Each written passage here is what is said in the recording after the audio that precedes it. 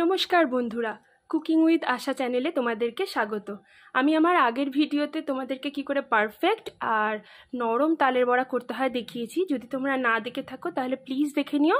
আজকে আমি তোমাদেরকে তালের ক্ষীর বানানো দেখাবো। দেখো, এখানে আমি তালের পাল্প নিয়ে নিয়েছি আর 500 গ্রাম মতো দুধ নিয়ে নিয়েছি।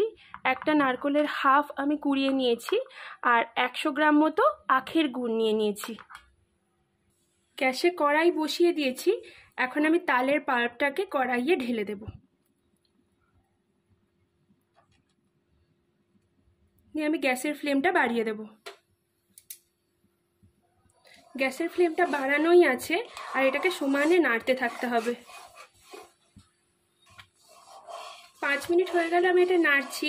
এটা না নেড়েই যেতে হবে, নইলে তলায় এটা আটকিয়ে যাবে। আর দেখেছো তো কিরকম এটা ফুটছে, এটা ছিটে যেতে পারে। ওই জন্য তোমরা একটুখানি সাবধানে একটু দূর থেকে এটা করো, নইলে ফোসকা পড়ে যেতে পারে তোমাদের।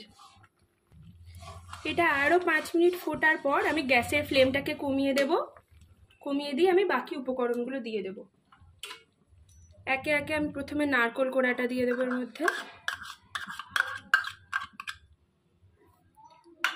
তারপরে আখের গুড়টা দিয়ে দেব।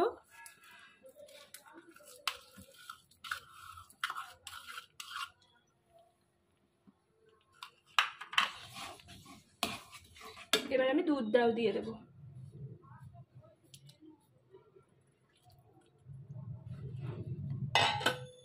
দিয়ে আমি গ্যাসের ফ্লেমটা আবারও বাড়িয়ে দিয়ে নাড়বো।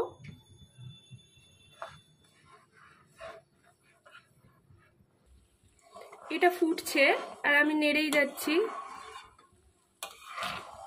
নিচটা বারবার করে নেড়ে দিতে হবে, নইলে আটকে যাবে।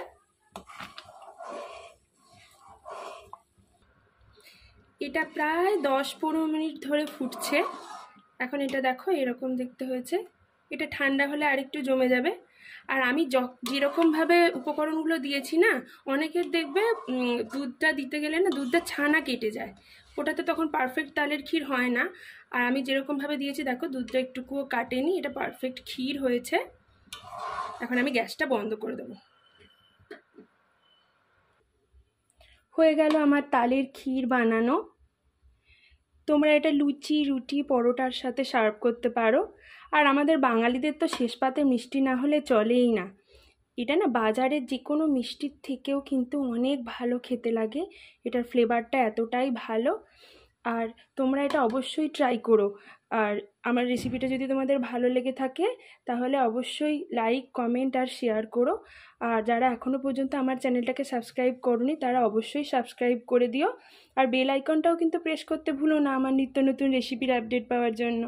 ধন্যবাদ।